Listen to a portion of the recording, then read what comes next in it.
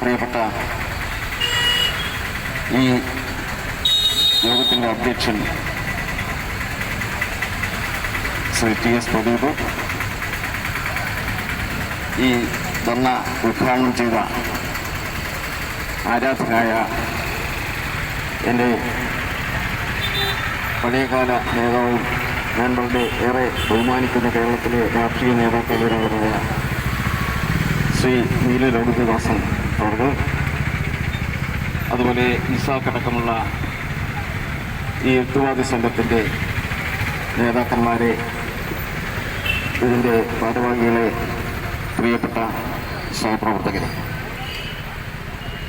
ഇവിടെ സ്വാഗത പ്രസംഗം നടത്തിയ ശ്രീ പ്രദീപും ഉദ്ഘാടനം ചെയ്ത ശ്രീ നീല ലോകിതദാസൻ അവർകളും ചൂണ്ടിക്കാണിച്ചതുപോലെ ഏറെ കായിക പ്രസക്തമായ ഒരു വിഷയത്തെ മുൻനിർത്തിക്കൊണ്ടാണ് യുക്തിവാദി സംഘം പ്രവർത്തകർ ഇത്തരത്തിലുള്ള ഒരു ധർണാ സമരം ഇന്നിവിടെ സംഘടിപ്പിച്ചിരിക്കുന്നു. നമുക്ക് ഏവർക്കും അറിയാവുന്നതുപോലെ കേരളത്തിൽ ഇന്ന് ഉത്സവങ്ങൾക്കും ആഘോഷങ്ങൾക്കും ഒന്നും ഇവിടെ സൂചിപ്പിച്ചതുപോലെ നമ്മളാരും എതിരല്ല. പക്ഷേ എല്ലാ ആഘോഷങ്ങളും മുഴുവൻ ജനങ്ങൾക്കും സന്തോഷിക്കാൻ കഴിയുന്ന തരത്തിലാകണം. വലിയൊരു വിഭാഗം ജനങ്ങളെ ബുദ്ധിമുട്ടിച്ചുകൊണ്ട് ഏതാനും ചില ആളുകൾ ആഘോഷം നടത്തുന്നതിനെ ആഘോഷമായി നമുക്ക് കാണാൻ കഴിയില്ല. ഇവിടെ സൂചിപ്പിച്ചതുപോലെ ശ്രീനാരായണ ഗുരു പറഞ്ഞ വളരെ പ്രസക്തമായ ഒരു കാര്യം കേരളം കരുതുന്ന ശ്രീനാരായണ ഗുരു അന്ന് പറഞ്ഞു, ആ കാലഘട്ടത്തിൽ പറഞ്ഞു, കരിയും കരിമരുന്നും വേണ്ട. അത് അദ്ദേഹം പറഞ്ഞു എന്നുള്ളത് മാത്രമല്ല, അദ്ദേഹം സ്ഥാപിച്ചിട്ടുള്ള ഒരു ക്ഷേത്രത്തിലും ഇതുവരെ ആന എഴുന്നള്ളിപ്പോ കരിമരുന്ന് പ്രയോഗമോ ഇല്ല എന്നുള്ളത് ആണ് ഞാൻ മനസ്സിലാക്കുന്നത്. ഇന്ന് അദ്ദേഹം പറഞ്ഞിട്ടുള്ള എല്ലാ കാര്യങ്ങളും അദ്ദേഹത്തിൻ്റെ ശിഷ്യന്മാർ പിന്തുടരുന്നുണ്ടോ എന്നെനിക്കറിയില്ല.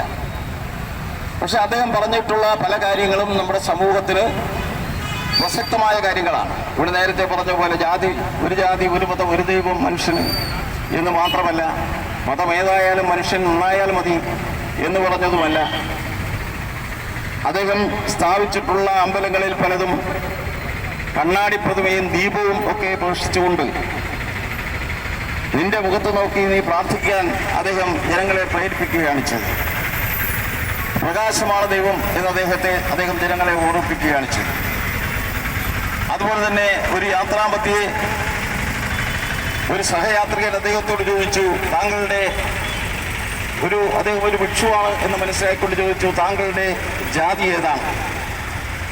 അദ്ദേഹത്തിൻ്റെ മറുപടി വളരെ പ്രസക്തമായിരുന്നു. അദ്ദേഹം പറഞ്ഞു, എന്നെ കണ്ടാൽ നിങ്ങൾക്ക് മനസ്സിലാകുന്നില്ല എങ്കിൽ ഞാൻ പറഞ്ഞാൽ എങ്ങനെ മനസ്സിലാകും?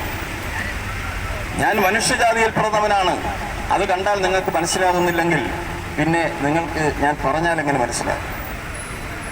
അങ്ങനെ ആ ഒരു കാലഘട്ടത്തിൽ നമ്മുടെ സാമൂഹിക പരിഷ്കാരത്തിന് വേണ്ടി പരിഷ്കർത്താവ് എന്നുള്ള നിലയിൽ വളരെ മഹത്തായ സന്ദേശങ്ങൾ സമൂഹത്തിന് നൽകിയ ആളായിരുന്നു അദ്ദേഹം. അദ്ദേഹത്തിൻ്റെ ശിഷ്യന്മാർ എന്ന് അവകാശപ്പെടുന്നവരുന്ന അതെല്ലാം പ്രാവർത്തികമാക്കുന്നുണ്ടോ എന്ന് എനിക്കറിയില്ല. വാറ്റരുത്, ചെറ്റരുത്, ചെത്തരുത്, കുടിക്കരുത് എന്ന് അദ്ദേഹം പറഞ്ഞു. പക്ഷേ ഇന്ന് പലരും അദ്ദേഹത്തിൻ്റെ ശിഷ്യന്മാരെന്ന് കൊഴുത്ത് കഴിഞ്ഞു കഴിഞ്ഞാൽ ആളുകൾ വേനൽക്കാലത്താണ് ഉത്സവങ്ങൾ കൊണ്ടാടിയിരുന്നത്. അപ്പോൾ ഒന്നോ രണ്ടോ വീട്ടുകാർ ചേർന്ന് കൊണ്ടാടിയാൽ അതൊന്നും നല്ല ശോഭിക്കില്ല. അതുകൊണ്ട് അവരെ ചുറ്റപ്പെട്ട് ഓരോ കുടുംബക്ഷേത്രങ്ങളുണ്ടായി. ആ കുടുംബക്ഷേത്രങ്ങളിൽ അവർ ആഹാരം കഴിക്കുന്നതിന് പ്രസാദമായി പായസവും ചോറും പൊങ്കാലയും ഒക്കെ വെച്ച് അവർ സന്തോഷത്തോടെ കളിക്കുകയും അവിടെയൊക്കെ ഓരോ ഊഞ്ഞാലാട്ടം അങ്ങനെയുള്ള എന്തെങ്കിലും നല്ല ബലൂണുകൾ കുട്ടികൾക്ക് കളിക്കാൻ കാണാനുള്ള രസകരമായ ആ ക്ഷേത്രങ്ങളും ബംഗാളികളുമായി അവരുടെ ചുറ്റുപാടിൽ ഒതുങ്ങിയിരിക്കുകയായിരുന്നു. നമുക്കറിയാം തമിഴ്നാടുകളിൽ ചുറ്റിലും ഉണ്ട് കുടുംബക്ഷേത്രങ്ങൾ എന്ന് പറഞ്ഞു കഴിഞ്ഞാൽ അവർ ഇപ്പോഴും കൂടുന്നവരൊക്കെ ഒരുപാട് പേരുണ്ട്. ഇപ്പോൾ കുടുംബക്ഷേത്രം അല്ല, ഇതും ആറ്റുകാലും ഒരു കുടുംബക്ഷേത്രം തന്നെയാണ്. ആറ്റുകാലും ഒരു നായർ തറവാടിന്റെ കുടുംബക്ഷേത്രമാണ്. അവർ വളരെ ചെറിയ എന്റെയൊക്കെ ചെറിയൊക്കെ ഉള്ള കാലഘട്ടത്തിൽ അതൊരു ചെറിയ ഒരു അമ്പലമായിരുന്നു. ആ അമ്പലത്തിന്റെ അടുത്തൊക്കെ ഞങ്ങൾ 1 പൈസ 2 പൈസയൊക്കെ കൂട്ടിവെച്ച് അങ്ങനെ പറഞ്ഞാൽ ആടാനും മറ്റുമൊക്കെ നമ്മൾ പോയിട്ടുണ്ടായിരുന്നു. അങ്ങനെ ഇരിക്കുമ്പോഴാണ് ഞാനൊരു 7ാം ക്ലാസ്സിൽ പഠിക്കുമ്പോഴാണ് ആ ക്ഷേത്ര പരിസരം വിട്ട് ഈ പൊങ്കാല ഞങ്ങളുടെ മണക്കാട് എന്ന വീടിന്റെ അടുത്തെത്തുന്നത്. അതിനു മുമ്പ് ഞങ്ങളാരും പൊങ്കാലയിടാനൊന്നും പോയിരുന്നില്ല. കാരണം അങ്ങനെ പോകാനുള്ള ആരോഗ്യമോ അല്ലെങ്കിൽ അത്രയുള്ള ഭക്തിയോ എൻ്റെ അമ്മയ്ക്കില്ലായിരുന്നു. കാരണം അമ്മ 2ാം ക്ലാസ് വരെ പഠിച്ചുള്ളൂ. കാരണം ആ പഠിത്തം നിർത്താനുള്ള കാരണം തന്നെ ഒരു ആനയാണ്. അവിടെ എന്നും കൊണ്ടുപോകുന്ന ഉത്സവങ്ങൾ കൊണ്ടുപോകുന്ന ഒരു ആനയെ വഴിയിൽ വെച്ച് കണ്ടപ്പോൾ അമ്മ അന്ന് മുതൽ സ്കൂളിൽ പോയില്ല. പക്ഷെ 10 മക്കളുള്ള അടുത്ത് അത് നിർബന്ധിച്ച് വിടാനൊന്നും പോയില്ല. അപ്പൊ അമ്മയ്ക്ക് ആനപ്പേടിയായതുകൊണ്ട് എനിക്ക് ആന തന്നെയാണ്. അപ്പൊ ഞാൻ പല ഉത്സവങ്ങളിലും പോകാറില്ല. കാരണം എനിക്ക് ആനയെ പേടിയാണ്. എന്തിനാ വെറുതെ ആനയുടെ കാലടിയിൽപ്പെട്ട് ചാവാനൊന്നും എനിക്ക് താല്പര്യമില്ല. ആനയോട് വലിയ താല്പര്യമില്ലാത്തതുകൊണ്ട് ഉത്സവങ്ങളിലൊന്നും പോയിരുന്നില്ല. ഉത്സവത്തിൽ ആന പ്രത്യക്ഷപ്പെടുമ്പോൾ തന്നെ ഞാൻ എൻ്റെ പാടിന് പോകും. എന്ന് പറഞ്ഞാൽ ആരും ഒരു ദൈവവും ആ ആനപ്പുറത്തിരിക്കുന്ന ഒരു തിടമ്പും എന്നെ കാത്തില്ല. ആനയുടെ കാലടിയിൽപ്പെട്ട് ചത്തുപോകും. ആനച്ചോറ് കൊലച്ചോറെന്ന് പറഞ്ഞ് ആന ഒഴിവാക്കിയിരുന്നു. പക്ഷെ കാട്ടിലെ ആനകൾക്ക് ജീവിക്കാതിരിക്കാൻ പറ്റുമോ? ആനകൾ കാട്ടിലുണ്ടാവണം. അവർക്ക് വേണ്ടിയുള്ള ഭക്ഷണ സാധനങ്ങൾ കരിമ്പുകളായോ മുളയുമായോ കാട് മുഴുവൻ വളർത്തണം. അവരെ കാട്ടുജീവികളെ വസിക്കാൻ അനുവദിച്ചിട്ട് തന്നെ വേണം നാട്ടിലേക്ക്. എന്നിട്ട് ഈ നാട്ടിൽ കൊണ്ടുവരുന്ന ആനകളോ വലിയ ഇപ്പം നമ്മൾ പറയുന്ന കുന്നംകുളം ആ ഭാഗത്തും തൃശ്ശൂർ ഭാഗത്തൊക്കെ ആന ബിസിനസ് ക്രിസ്ത്യനെന്നോ മുസ്ലിമെന്നോ ഹിന്ദുവെന്നോ ഇല്ലാതെ ആന വയ്ക്കുന്നത്. എന്നുവെച്ചാൽ പൂരത്തിനൊക്കെ വരുന്ന ആനകളുടെ എണ്ണം അപാരമാണ്. പൂരത്തിന് ആനകൾ ഇന്നല്ലോ നിരവധി ആനകൾ വന്നല്ലോ എന്നൊക്കെ പറഞ്ഞ് നമ്മൾ കുട്ടികളെ പഠിപ്പിക്കാനും കണക്കുകൾ എണ്ണം പഠിപ്പിക്കാനും ഒക്കെ ആനകൾ എടുക്കുക. ആനപ്പാട്ടുകൾ ധാരാളം ഉണ്ടായി. ആനകളെ ഇഷ്ടപ്പെടാത്തവരും നമ്മളുടെ ചുറ്റും എന്റെ കവികളെല്ലാം ആനയെക്കുറിച്ചാണ് എഴുതിയത്.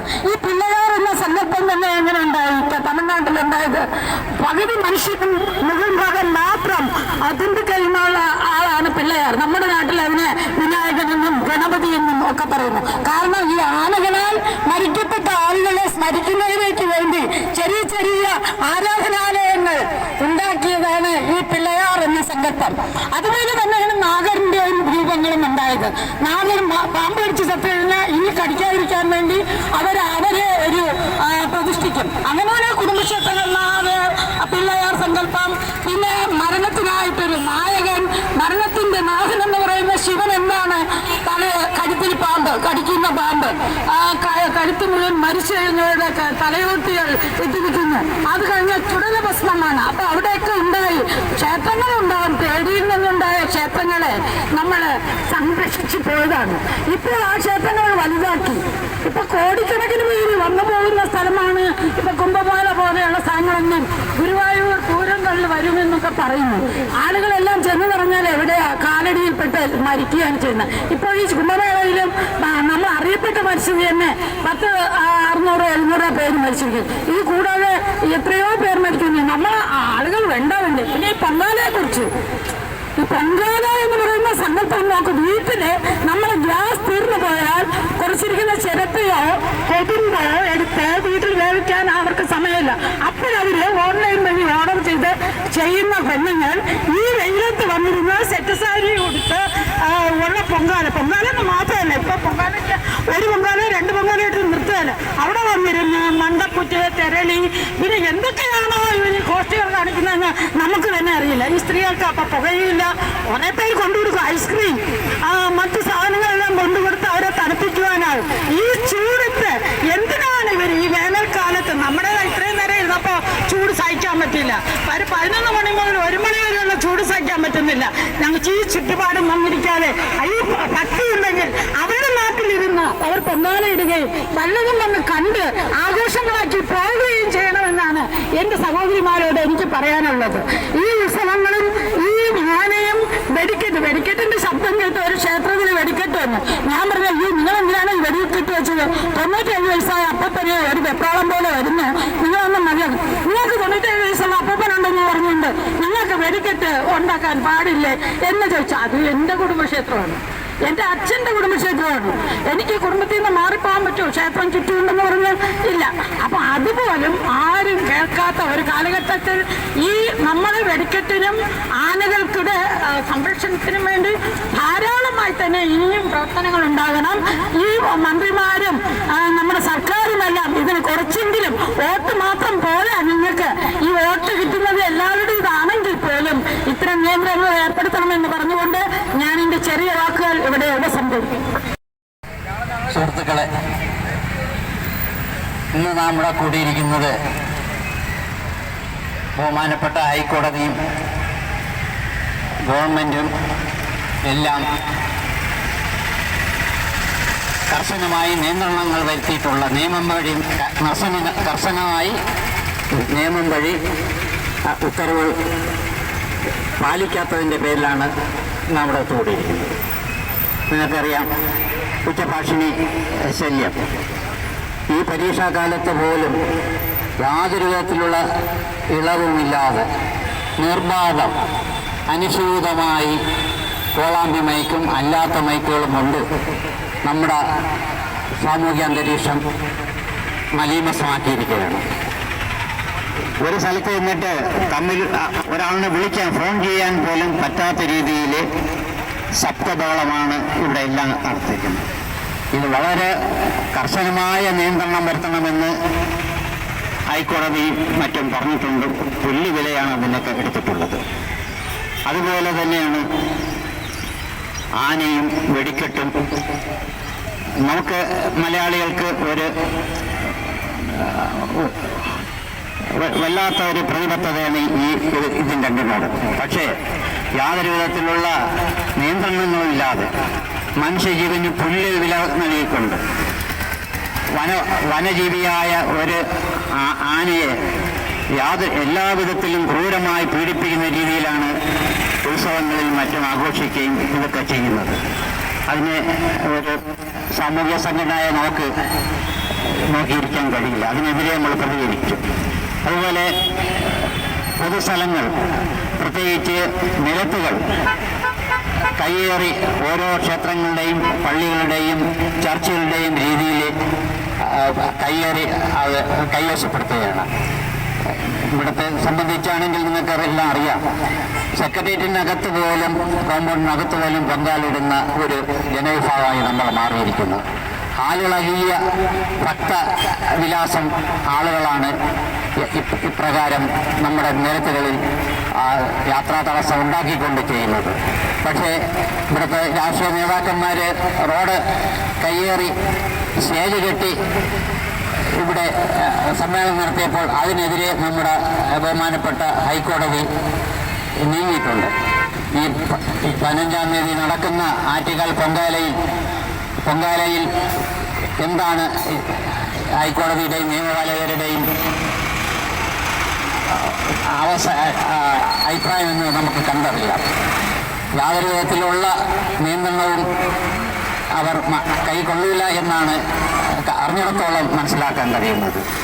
ഈ പൊങ്കാലയും ഇവിടെ മാത്രമല്ല, നമുക്കൊരു സാമൂഹികമായ ഒരു ബാധ്യത ബോധം നമുക്കുണ്ടാകേണ്ടതാണ്.